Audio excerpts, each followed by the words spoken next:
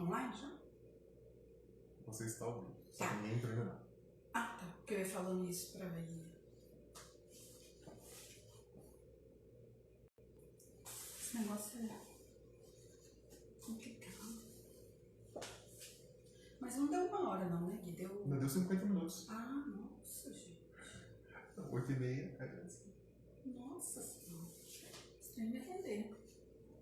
Tem 21 pessoas online já. Então vamos começar, né? É só mais um pouquinho. Aham. Porque... Gente, quem tá entrando aí, lembrar, Gui tá me falando aqui que são 50 minutos, assim, né? E aí tem muita coisa ainda. Aí eu fico empolgada de colocar tudo, mas falta muita coisa ainda. Mas vai dar certo, vai dar certo.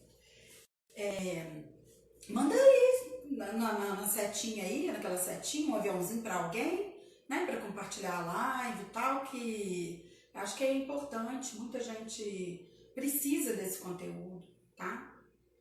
E aí também por que eu falo essas coisas, tá, gente? Assim, só pra saber, né? Então, eu trabalho na área, eu faço capacitação, eu treino assistentes sociais na Prefeitura de Belo Horizonte. Então, assim, é importante a gente compartilhar esses conteúdos, tá?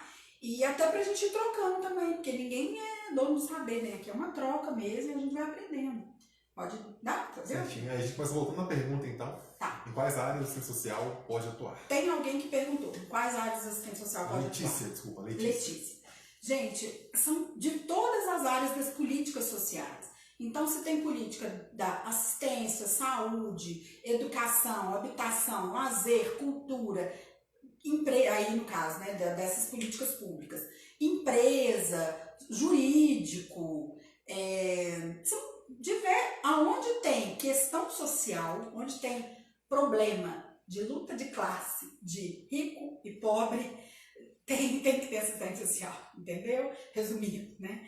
Eu não sei, Letícia deve ser acadêmica, não falou, né? Não. Tá. Então, Letícia, aqui a gente está focando na área da saúde e vamos falar mais de 12, quinta-feira de criança e adolescente.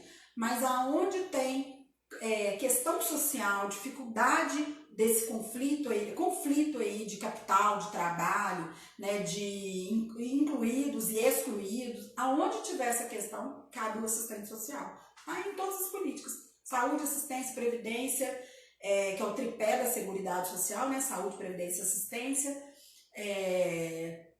lazer, cultura, tudo, todas as áreas, tá? Ela é estudante, a Letícia é estudante. É estudante, então. E aí, lá pro quarto, quinto período, né? Na minha época era quinto período. A gente começa a fazer um estágio. Aí no estágio você vai identificando, né? Qual que é as áreas disponíveis, movimentos sociais. Eu fiz o meu estágio na área de movimentos sociais. Então, assim, tem muita atuação bacana, tá? A Keila está perguntando, em algum momento você pretende falar sobre cuidado paliativo? Posso falar também, tá? Aqui talvez não vai dar tempo, mas eu posso citar. Tá? E tem mais uma pergunta aqui, bem estratégica, da Ana Paula. Ela é acadêmica do quarto período. Qual a área mais fácil de conseguir estagiar? Pois é, assim, saúde e assistência que tem mais, né? A área da saúde e da assistência. Principalmente da saúde, né? Eu, inclusive, tenho vaga para 2 estagiários, tô sem, tá? De manhã e de tarde. Mas não escolha também só por isso, tá? Eu acho que é importante você, por exemplo, se você gosta muito da área da educação, do trabalho nas escolas, que a gente vai falar disso na quinta-feira e tudo, procure algo que você goste, né? Que você tenha afinidade, porque o estágio você vai ficar 1, 2, 3 períodos lá, então assim, tem que ser uma coisa que te motive bastante a fazer, tá? Gente, vamos voltar então, né? Aí, olha só, então, essa questão do conceito de saúde, né? De falar de qualidade de vida, de hábitos saudáveis. Por quê? Até para o idoso. Porque se a gente atende um idoso a partir de 60 já é idoso, né? A gente sabe que eles estão vivendo muito. Eles estão vivendo 40, 100 anos, mais 40 anos. Estão vivendo mesmo, né?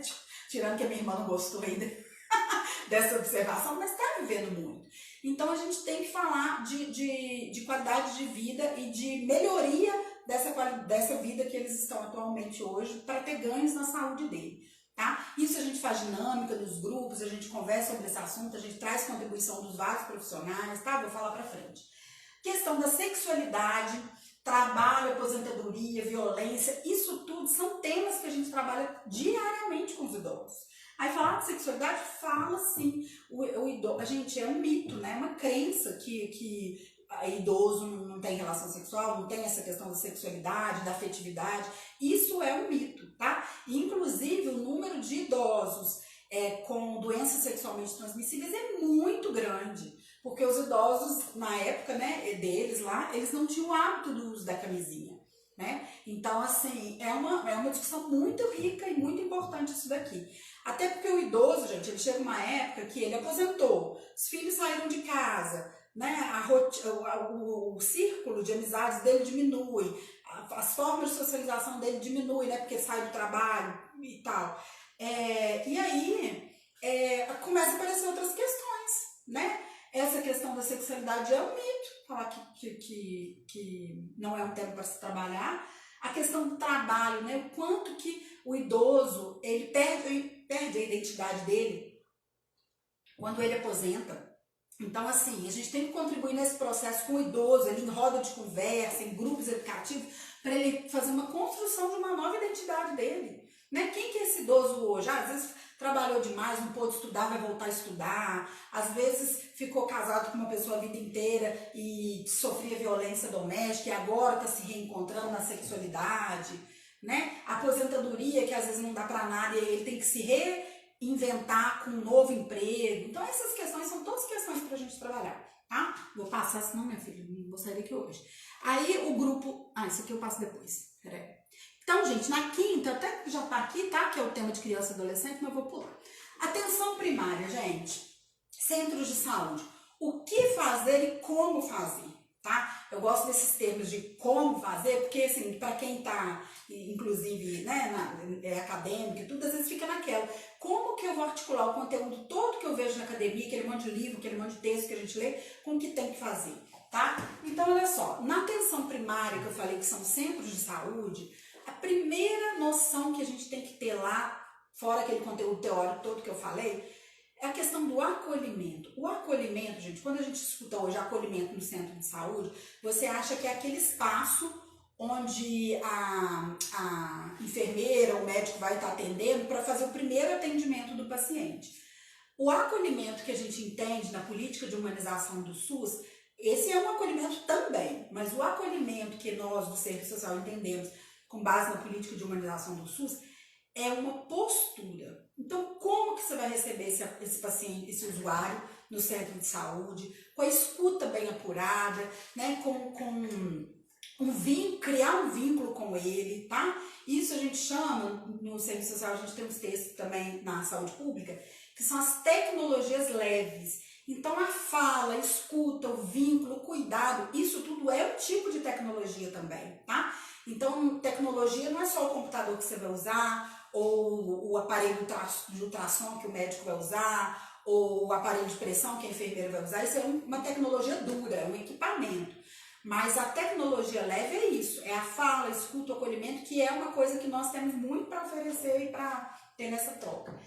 Acompanhamento individual e familiar. Então, assim, no centro de saúde, né, como a saúde é do conceito ampliado, você faz o acompanhamento tanto daquele indivíduo quanto da família. Por quê? Porque você acompanha o ciclo de vida. Às vezes você recebe lá uma criança. Aí vem a pediatra e encaminha uma criança. Você começa a acompanhar aquela criança. Por exemplo, eu que já tenho 22 anos de profissão, eu provavelmente, né, eu tenho pacientes lá do Hospital Universitário de Juiz de Fora que já tem 22 anos, né? Então a gente acompanha um ciclo de vida familiar.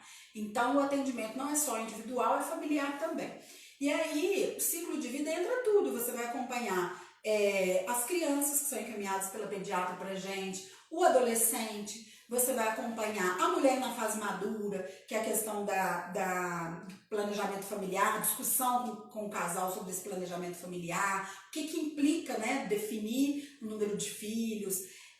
Você vai acompanhar a gestação, as orientações de gestante, curso de gestante. Você vai acompanhar depois ela na fase da menopausa, né, das mudanças profissionais. Você vai acompanhar na fase da idosa. Você vai acompanhar ela idosa mais frágil, que também entra a questão dos cuidados paliativos também. Então, assim, a gente acompanha no centro de saúde, a gente acompanha o ciclo de vida, tá? tá? Então a gente acompanha essas diversas áreas. Não tem como você ser assistente social num centro de saúde e falar assim, só quero atender crianças, só quero atender saúde mental. Não dá. Não dá porque você está ali com o usuário, a demanda é muito grande, você vai atender o ciclo de vida, você vai atender as famílias em seus ciclos de vida, tá? As entrevistas na atenção primária, eu falo que são umas entrevistas que elas são semi-estruturadas. Não é aquela entrevista que você tem lá no caderninho assim direitinho, nome, endereço, né? Renda, você não usa eu não uso normalmente, tem gente que usa, mas eu não uso aquele formulário de uma entrevista estruturada, por quê? Quando eu recebo aquele paciente de atenção primária, eu vou receber um mundo de demandas. Eu não vou receber só o paciente que precisa de uma orientação de benefício ou de vaga em creche, que eu vou encaminhar e conversar com assistência, entendeu? A gente recebe um mundo de demandas. Então, a entrevista ela é semi-estruturada. Eu tenho uma noção do que eu já vou perguntar ali. Tá? Com quem que mora, qual que é a renda familiar, como que é a convivência ali familiar, quais os maiores problemas de saúde, se está estudando, se não está. Então a gente cria uma entrevista semi-estruturada, mais solta mesmo, porque ali vai te demandar várias questões, tá? Visitas domiciliares, vou combinar aqui, da gente fazer uma live só sobre visita domiciliar. Gente, a riqueza que é visita domiciliar. Né? Porque você vai no contexto do usuário, você pega os dados todos ali, dados que às vezes o agente comunitário já conhece, porque ele está ali na casa o tempo todo. Então, assim, a gente vai ter que ter um tema, um dia de uma live só sobre visita domiciliar, da importância desse instrumento de trabalho do assistente social. E os grupos, tá? E aí, os grupos, você cria grupos diversos, mais pra frente eu vou falar. Você pode criar vários temas e diversos grupos dentro de um centro de saúde. E aí, dentro da atenção primária, você vai identificar, então, qual que é a demanda principal que chegou para você, que às vezes é uma orientação sobre o auxílio emergencial, chegou ali, está perdido, CRAS, né, estava fechado, e aí vem aquela demanda ali de auxílio emergencial, é uma demanda principal que veio. Mas terão várias outras demandas afins, né, porque sempre ele vai te falar alguma outra coisa, e aí você vai intervir naquilo, tá? Discussão de casos com a equipe, com a rede de serviços. Então, nós, né, todos da equipe, tem uma importância muito grande nessa discussão dos casos, né? Você vai trazer realmente o contexto social daquele paciente para a equipe, que a equipe às vezes desconhece, né? Às vezes o médico tem um horário mais reduzido do atendimento, 10, 15 minutos de consulta, e o acolhimento também com a enfermagem às vezes é um pouco mais rápido, e aí você traz esse contexto todo social, né, da vida do paciente para a discussão da equipe e na rede, tá? Porque às vezes você precisa do contato com a assistência, com a educação, com as escolas, dependendo da demanda, então você compartilha esse saber aí, tá? A intervenção, então, na atenção primária, gente, ela é no micro, ali, naquele sujeito que está ali no nosso dia a dia, de frente pra gente, mas é no macro também, porque você vai alcançar a família, você vai alcançar a comunidade, você vai alcançar aquele território, tá? Então, a nossa intervenção é micro e macro. Avaliação e monitoramento, isso aqui é importante ter, tá? Lá no centro de saúde, a gente normalmente faz avaliação mensal. Por quê? Todo mês, e aí aqui a gente até fala um pouco, porque a gente não tem um instrumento mesmo, né, para validar essa avaliação. Mas todo mês tem reunião de equipe. Na reunião de equipe você vai avaliar como que foram aqueles casos, o que aconteceu, quem que atendeu, quem que fez o quê, como que está o caso hoje, tá? E você vai monitorar esse ciclo de vida. Porque às vezes de uma demanda que antes era negligência familiar, depois virou outra coisa, virou desemprego, virou outro tipo de demanda. Então a gente tem que sempre acompanhar esse ciclo de vida. Eu falei que visita domiciliar tem que ter um tópico único de uma live, da importância da visita, e registro, estudo e pesquisa. Isso aqui, gente, eu falo que é o que mais me incomoda, porque eu não consigo fazer muito isso, né? O que é, Gui? Vamos lá. A Marina mandou observação. Para estagiar na área da assistência e saúde não é fácil, principalmente para o aluno que trabalha. O estágio geralmente é remunerado. Com isso, o aluno precisa dispor de um tempo livre. Aí, a gente tem um comentário embaixo. E as demandas a mais são registradas em diário de campo? Acho que é do estágio, né? Acredito eu, né? Vou explicar. Então, o que acontece? Realmente, minha gente, assim, o estágio normalmente, por exemplo, se for lá comigo, o estágio teria que ser de 7 às 11 da manhã, no CREA, ou de 1 às 5 no centro de saúde. Então, assim, tem essas questões, né? Às vezes a gente pega muito estagiário procurando a gente, né? Para fazer estágio final de semana, plantão, pergunta se tem plantão. Então, nós não temos, né? Tem alguns hospitais. Eu lembro que no Ipseng, depois a Marcinha, se ela tiver aqui, ela pode falar pra gente, que no Ipseng tinha estágio, tinha plantão e tinha até estágio final de semana. Ajudava nisso, tá? O estagiário, ele tem sim que fazer um diário de campo, né, que anota todo dia ali o que faz e tal. O nosso, no serviço de saúde hoje, tem o prontuário eletrônico, né? Então, assim, o que você atende, você registra lá. Eu, particularmente, eu não consigo viver sem meus caderninhos. Então, se eu tenho 4 equipes para atender, que é a vermelha, a azul, a amarela e a verde, eu tenho um caderninho para cada equipe. Porque na hora que o paciente chega, eu cumprimento, você é de qual equipe? A vermelha. Eu vou lá e pego meu caderninho da vermelha. Por que eu vou misturar registro de um com o outro para facilitar a minha vida? Ah, você é de qual equipe? Amarela. Eu vou lá e pego meu caderninho da amarela. Aí já tem tudo ali, né? Mas assim, o ideal é você já registrar tudo no prontuário, tá? Tem coisas que pela questão do sigilo a gente sabe que a gente não vai expor no prontuário eletrônico, né? Mas aí você faz algum registro manual seu, né? Um arquivo seu. Inclusive tem um código de ética, né? Que o serviço social tem que ter uma sala, tem que ter um arquivo por causa disso mesmo. Por causa de documentação que você vai circular com ela, né? E tem que estar bem armazenada. Aí isso é uma coisa que é importante a gente pensar, registro, estudo, pesquisa. Por quê, gente? Isso aqui, inclusive, que vai fomentar as políticas públicas, né? Se você atende muito, numa parte a gente consegue fazer, por exemplo, tabagismo, né? É a gente que coordena grupos de tabagismo, eu coordeno grupos de tabagismo, tem 9 anos que eu coordeno. E aí eu dou capacitação para Belo Horizonte todo. Eu, um médico, uma enfermeira, uma dentista, uma farmacêutica. A gente dá capacitação em todas as regionais de Belo Horizonte com grupos de tabagismo. Então, assim, isso aqui gera fruto de pesquisa, porque você tem os dados lá que você pode colocar, entrevista, que você usa uma entrevista formal. Então, isso aqui é muito bacana, mas para isso tem que ter tempo, tá? E aí tem que priorizar. Por isso que o planejamento na saúde é um dos nossos desafios, ter planejamento. Vai lá, Gui. Quais as principais diferenças da atuação do assistente social na atenção primária e secundária? Vou lá, vou passar agora. Ótimo. Então, ó, vou passar aqui porque eu vou chegar na secundária. Principais demandas, então, que vem na atenção primária. Democratização de informação, então você vai informar o usuário, né, sobre as áreas da saúde, da educação, da previdência, da assistência. Vai chegar essa demanda para você. Às vezes você não é especialista, você não domina totalmente aquilo, mas você tem que dar um caminho para aquele usuário ali. Não vai falar com ele, procura lá não sei aonde. Não é assim, né? Então você dá um retorno, você anota, você registra, faz um encaminhamento responsável, tá? Então essas demandas das outras políticas públicas aparecem muito na saúde, tá? O acesso, né? Então a gente democratiza esse acesso aos serviços públicos, como faz, como que recorre, tá?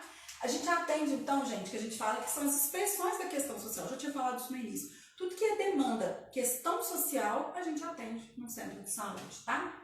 As famílias, né, em extrema situação de vulnerabilidade social, diversos tipos de violência que chegam pra gente. Aí, normalmente, isso a gente acompanha, a gente notifica, a gente acompanha junto com a política da assistência também, tá? Em todas as áreas, criança, adolescente, idoso, mulheres. A gente acompanha muito essa questão da fragilidade dos laços familiares, né, e comunitários. Então, assim, chega aquelas famílias realmente totalmente sem suporte para dar conta de um problema de saúde que está enfrentando. Outro problema econômico, social, tudo. Então, a gente acompanha muito isso, né, um pouco o resgate desses vínculos familiares, tá? A gente trabalha o tempo todo com isso aqui, ó, dificuldade de compreensão do processo saúde e doença. As pessoas não têm muita dificuldade de entender que ele tá obeso, tá hipertenso, tá diabético. A chance dele ter um problema grave, neurológico, cardíaco, é grande. Então a gente tem que trabalhar com essa informação com ele. Se a gente chega e atende um paciente que é tabagista, pressão alta, diabético e obeso, sedentário, a gente tem que trabalhar isso com ele. Né, o conceito ampliado de saúde e onde que ele vai recorrer. Então você vai falar, mas você vai falar, vou falar o que para ele? O que tem no território? Então tem a academia da cidade, tem uma nutricionista do NASF, tem uma fisioterapeuta que vai te dar orientação, tem uma fonoaudióloga, né? Então, assim, a gente vai informar para ele o que é possível ele fazer diante daquele quadro dele de adoecimento. E às vezes o adoecimento não é em cima de exames, né? Às vezes os exames podem estar até tudo ok, mas ele está, às vezes, obeso, ele está cansado, ele está pouco produtivo no trabalho, ele dorme pouco, ele está estressado. Então isso aí é o nosso papel também, tá? Conflitos, de novo, intergeracionais, já falei disso, tá? E aí, eu falo assim, como fazer, né? Então, gente, isso aqui, igual eu falei, não tem receita de bolo. O como é para dar uma luzinha, assim, tá? Dar um caminho, um norte, tá? Então, assim, a gente acompanha os casos, né, individuais e familiares, a gente articula o tempo todo com a rede de serviços. Então, se você está na saúde, você vai articular com a saúde, com a educação, com a assistência, tá? A gente identifica quais são as demandas coletivas. Por quê, gente? Se você começa a ver que está chegando muita mulher deprimida, problema psicológico, social, no centro de saúde, você começa a atender tudo picadinho, cada hora um horário de assim, você vai falar, gente, esse perfil tá aparecendo muito aqui. Você vai lá e monta um grupo de mulheres, entendeu? Igual a gente tem lá um grupo de mulheres, e aí a gente vai discute os temas no grupo de mulheres. A gente criou o grupo de mulheres lá no São Geraldo, a gente foi necessário criar o grupo de homens, porque estava aparecendo muitas demandas específicas dos idosos, solteiros, aposentados, adolescentes. Então, assim, a ideia aqui é a gente organizar a demanda, que é aquela espontânea, que você fica de porta aberta, toda hora chega um para você atender, e você vai organizar aquela demanda que é espontânea e é individual, em demanda planejada e coletiva.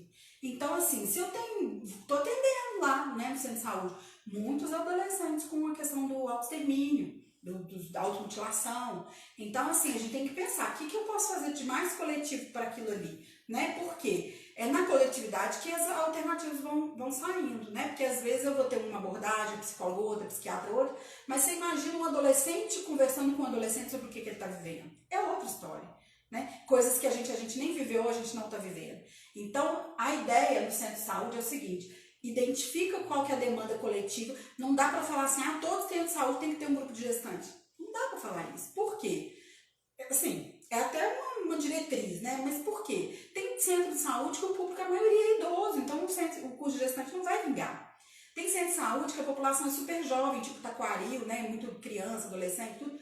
Grupo de idosos talvez não seja tão funcional. Então a gente tem que identificar quais são as demandas coletivas para a gente transformar em grupo, em atuação mais ampla, tá? Aí a gente elabora alguns projetos de atuação. Então você vai falar assim, vou citar aqui na frente quais que a gente tem. Então eu vou trabalhar com idoso, vou trabalhar com tabagista, eu vou trabalhar com, por exemplo, atenção secundária, com adolescentes. Aí a gente escolhe mais ou menos alguns temas que você vai trabalhar para você virar um projetinho de atuação. Você não ter uma atuação solta, para você não ter agenda também toda totalmente aberta, só com demanda espontânea. Então você cria um projeto de atuação, dia, horário específico, para você trabalhar aquilo ali. O resultado vai ser muito mais efetivo, tá? E uma coisa na atenção primária é aprofundar todo o tempo essa visão da interdisciplinaridade, né, da visão intersetorial, tá?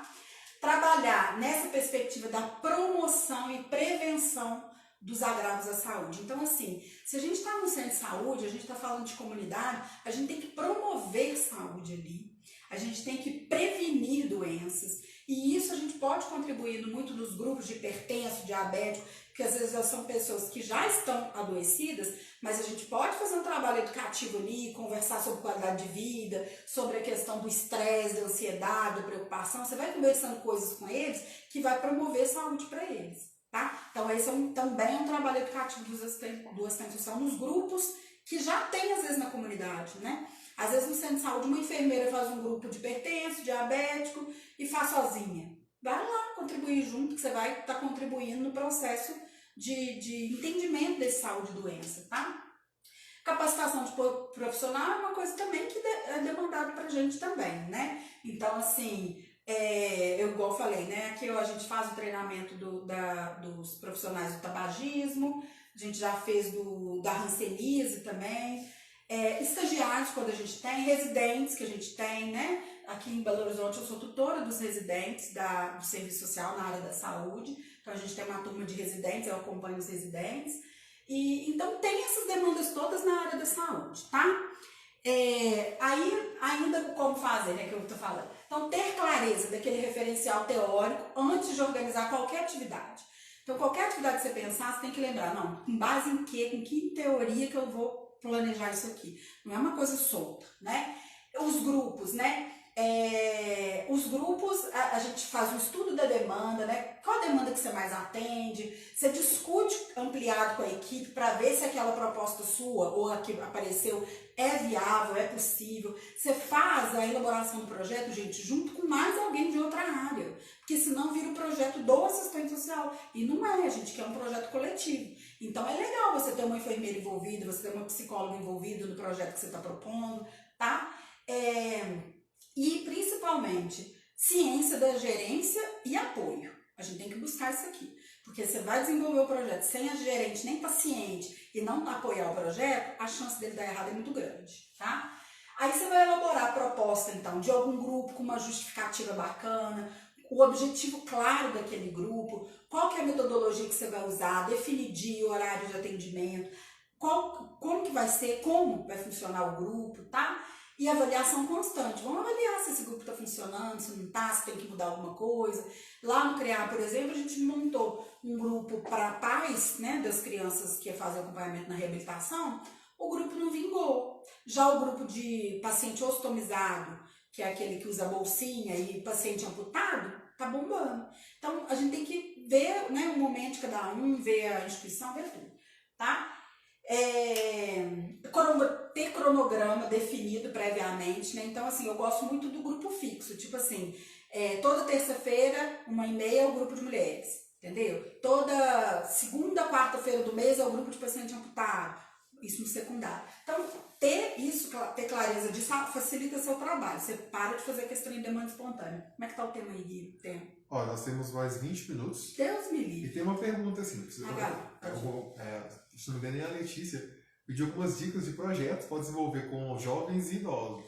Com jovens eu vou falar quinta-feira, e de idosos eu vou falar aqui daqui a pouquinho. E trabalhar de forma sempre articulada com o agente comunitário de saúde. Gente, eu falo que o agente comunitário de saúde é o braço, perna, tudo nosso, porque ele está dentro da casa do usuário e ele ajuda muito a gente, tá? Então, dentro ainda da atenção primária, que falta a secundária, que a Ciara ainda falar, o que fazer e como fazer. Então, a gente vai pensar na metodologia que eu falei lá no início. Tem que ser uma metodologia participativa mesmo, construir aquele saber junto com o usuário, junto com a equipe, nada é posto. Chegar com um projeto pronto lá para a equipe e falar, eu quero fazer isso aqui. Não, gente. É construir, porque uma enfermeira, um dentista, um médico, um pediatra vai dar uma ideia diferente, vai ficar mais rico o projeto, tá? Não fazer, assim, o não é muito impositivo, né? Evitar palestrinhas, né? Aqui, por exemplo, é um pouquinho palestrinha, né? Porque da dificuldade do tempo a gente conversar. Mas eu até tô tentando interagir aqui. Não é palestrinha de lá falar o que pode, o que não pode. Não é palestrinha. A gente tem que, o formato de aula, a gente tem que fazer uma interação com aquele paciente, uma interação, uma discussão, troca mesmo com ele. Então, assim, pega um tema, cria uma dinâmica bacana para trabalhar aquele tema com o idoso ou com o adolescente e não vão fazer palestrinha, né? Então, a gente, semana que vem, a Carlinha deve estar aí, ela me chamou para ir no socioeducativo, fazer trabalho com os adolescentes lá. Então, a gente vai definir o tema e aí a gente vai pensar em alguma dinâmica, alguma conversa interativa com eles, porque é assim que o conhecimento se constrói, né? Não é a gente levar uma coisa que às vezes a gente nem viveu como receita de bolo para eles fazerem, tá? E aí, dentro da atenção primária também, a gente amplia o espaço de escuta qualificada. Por quê? Não que as outras profissionais não escutem, não é isso.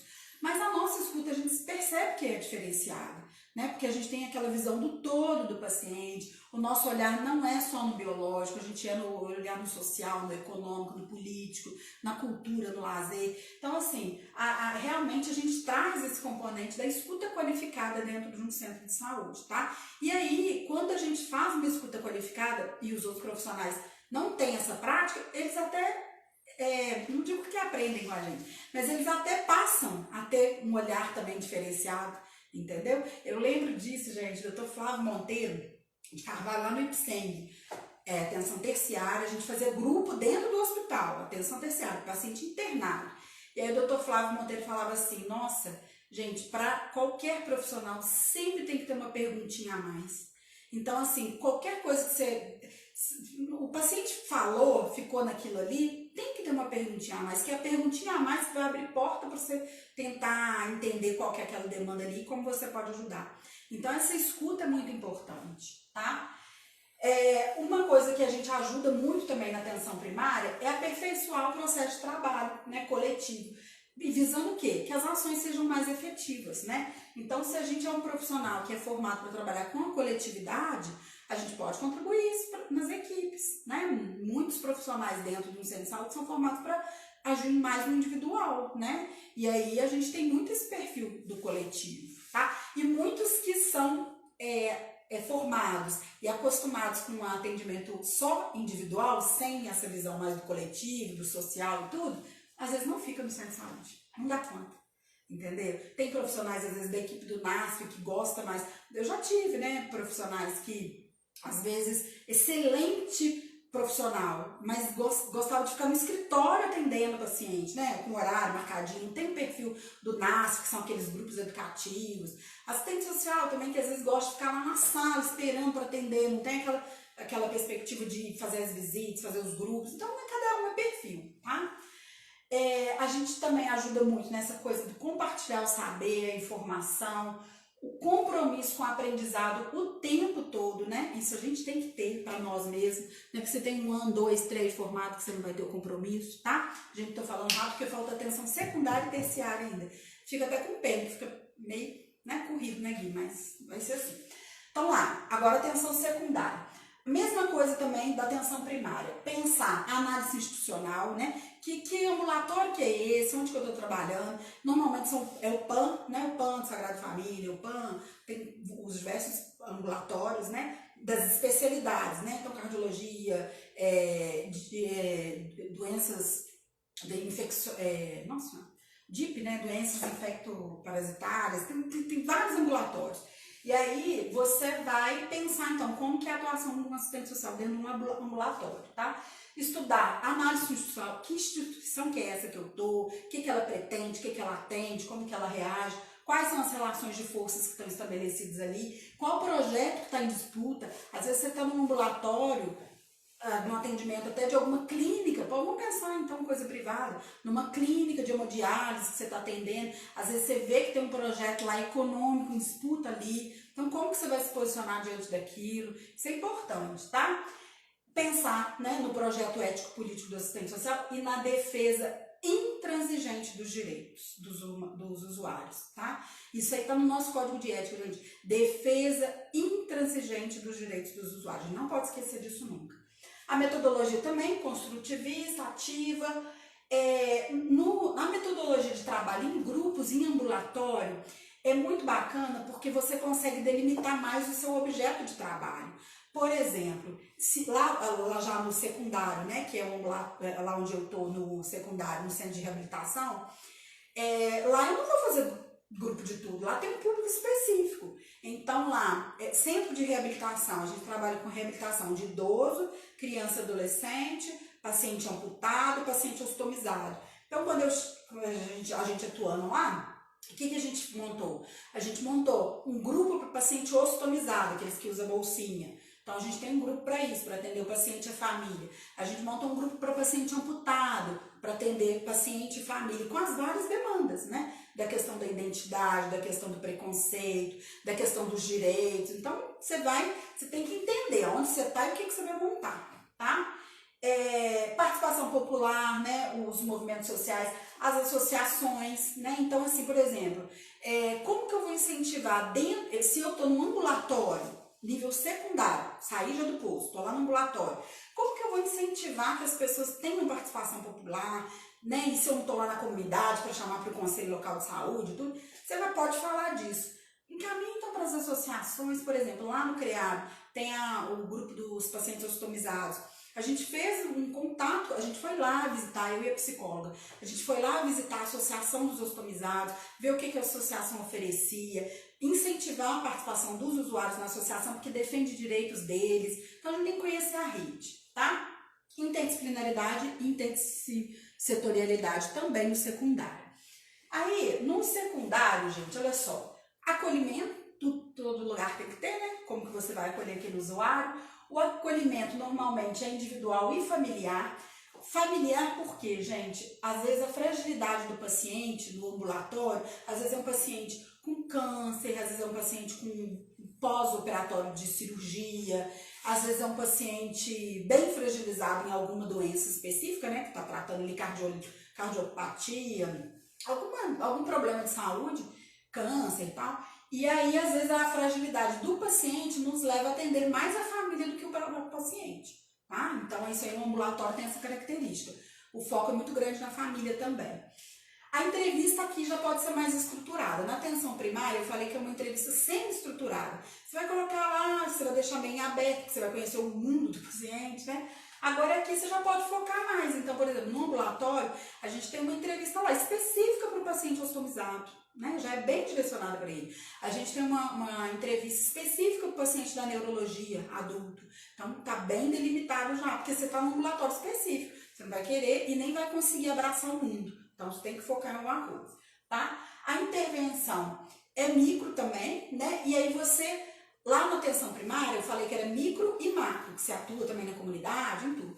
Aqui no ambulatório, você vai atender um paciente ali e você vai articular com o macro. Você vai articular, você não vai conseguir atuar lá. Você vai articular, faz um contato com uma assistente social de um centro de saúde ou do hospital. Você articula, encaminha, discute, mas você não vai conseguir atuar lá diretamente. É muito desafiador você fazer isso, né? Por causa de tempo, de espaço, transporte, condição de tudo, tá? Avaliação e monitoramento também, nem todos os casos tem que ter. E aqui, levantamento de dados para pesquisa. Isso aqui a gente já consegue fazer um pouco melhor no ambulatório. Por quê? O público é definido. Então, assim, lá no CREAB, a gente fez, já tem um tempinho já, a gente fez um levantamento de todos os pacientes que eram internados, todos não, desculpa, a gente pegou uma amostra, 56 pacientes a gente avaliou. Perfil do paciente, de socioeconômico, de conhecimento do processo de saúde e doença, se é hipertenso, diabético, sedentário, tabagista. E aí a gente identificou todo aquele perfil daquele paciente e a gente traçou esse perfil do usuário do atendido no CREAB da Leste, entendeu? Então isso te ajuda porque na hora que você for conversar com a comunidade, você sabe qual que é a demanda dele, que ele apareceu ali, você sabe qual que é o trabalho de prevenção e promoção que precisa ser feito lá. Quando você está no ambulatório, é mais tranquilo para você fazer isso, porque a demanda, nesse sentido, é menor, né? Que a demanda está mais ali, não é que ela seja menor, é uma demanda mais estruturada, em termos de um tema só, tá? E registro também, que normalmente é prontuário, tá? Pulou aqui, tá? Aqui, no que como fazer também no secundário, mesma coisa. Acompanhamento dos casos individuais, só que também com viés familiar por causa disso. Porque como que o paciente está nesse momento, né, do processo de saúde da doença, às vezes você precisa atender mais a família. Articula também com a equipe, com a rede de apoio. A gente identifica as demandas coletivas e, assim, às vezes, pensando até em prevenir as reincidências ou o agravamento da doença. Por quê? Lá no ambulatório, o paciente já está adoecido com alguma coisa, né? Então, por exemplo, o nosso paciente lá, ele é um paciente da reabilitação. Ele teve AVC, teve derrame, teve não sei o que, tá com sequela, fala, andar e tal. Aí, a gente pode fazer alguma atividade educativa de grupo lá? Pode. Ele já está adoecido? Tá. Mas ele está em processo de recuperação. E a gente pode promover a saúde dele também, evitando que ele tenha reincidências e agravos na doença dele. Então, o que a gente faz? Eu citei aqui para não esquecer. Praça. A gente tem um projeto lá, o Rodrigo, até terapeuta ocupacional, ele criou esse projeto, ele nem está mais lá, e a equipe manteve o projeto, porque depois virou o projeto, virou da equipe, né? A equipe leva os pacientes uma vez por mês para fazer uma atividade na praça. Então, assim, é exercício físico, é liancum, aí eu faço uma roda de conversa com eles. Então, isso é o quê? O paciente já está com alguma sequela, adoecido, mas a gente tem que prevenir que coisas piores aconteçam, tá? Organização da demanda também individual, né, com vistas a fazer uma demanda planejada, né, mais coletiva. Elaboração do projeto também, mesma coisa. Trabalhar, então, na perspectiva da reabilitação, porque no ambulatório, então, ele já tem um fator, né, de problema, de prejuízo na saúde dele, então a gente vai trabalhar a reabilitação daquele paciente, como reabilitar ele para a vida, tá? Programas de promoção e prevenção também das doenças. Vamos lá. Mesma coisa, ter clareza do referencial teórico, estudar a demanda, elaboração das propostas também bem justificadas, cronograma definido. Aqui também, eu acho que é legal isso aqui, se possível, grupos com dias e horários fixos, tá? Porque facilita a sua organização da sua agenda, a organização da equipe, porque você propõe normalmente uma coisa dessa para fazer com outro profissional também. Então, é o assistente social, psicólogo, por exemplo, lá do amputado, é assistente social, psicólogo, fisioterapeuta, nutricionista. Então, a gente tem que articular essa agenda também toda, tá?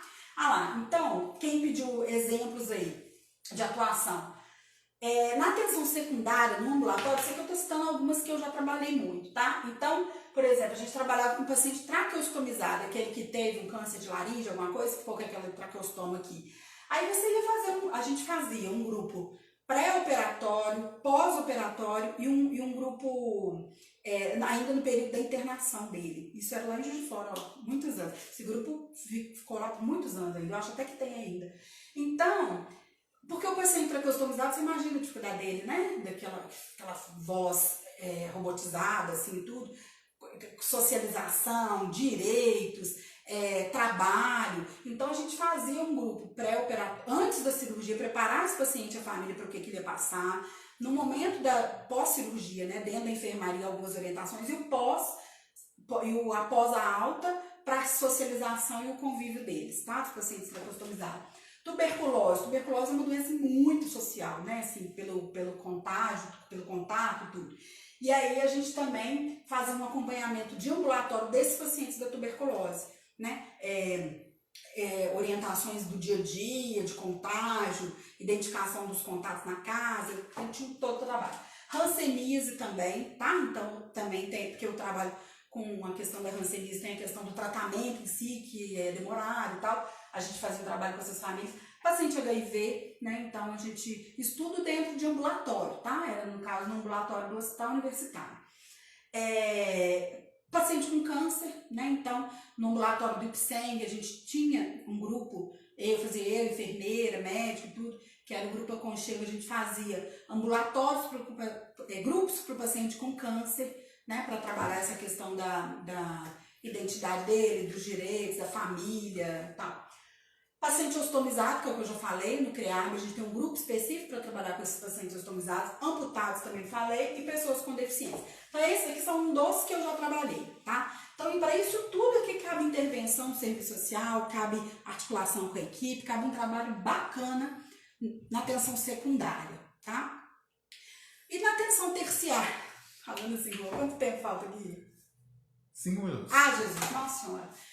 Mas resumindo aqui, atenção terciária, então, mesma coisa, fazer uma análise institucional, tipo assim, público e privado, né? Qual a instituição que você está, o hospital que você está, ele é público ou privado? Qual é o interesse dele? Como que você tem que entender isso tudo? As relações de força, saber que tem projetos de disputa. Isso aqui eu vou falar de novo, não, porque isso que eu já falei. Isso aqui, ó, que é muito bacana. Trabalho em grupo, trabalho educativo no hospital. A Cristiane Nasser, que é uma assistente social lá de Juiz de Fora, ela fez um artigo sobre isso muitos anos atrás.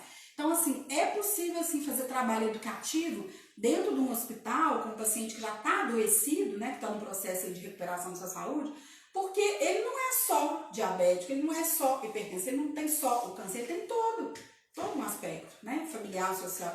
Então, você pode fazer trabalho educativo, sim, mesmo na atenção terciária, tá? Trabalho educativo não é somente na atenção primária, como algumas pessoas às vezes acham. Aí as principais demandas dos centros de atenção terciária, isso aqui tem uma parte que é diferente dos outros, né?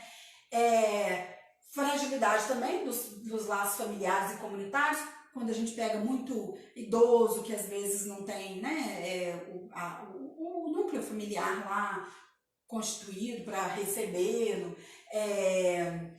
A questão do INSS aparece muito no hospital, né? O paciente está internado, e aí como é que você vai orientar, auxílio-doença, como recorrer, como fazer. A questão, gente, isso aqui, ó, a gente ajuda muito, a gente contribui muito para o paciente e a psicologia, a gente junto, né?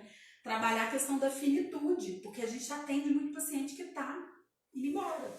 Então, isso é importante trabalhar isso aqui. né, juntar com a psicologia, fazer uma abordagem bem bacana com aquela família, como tá preparado, como não tá, né? A finitude faz parte da vida, tem tudo início, meio e fim.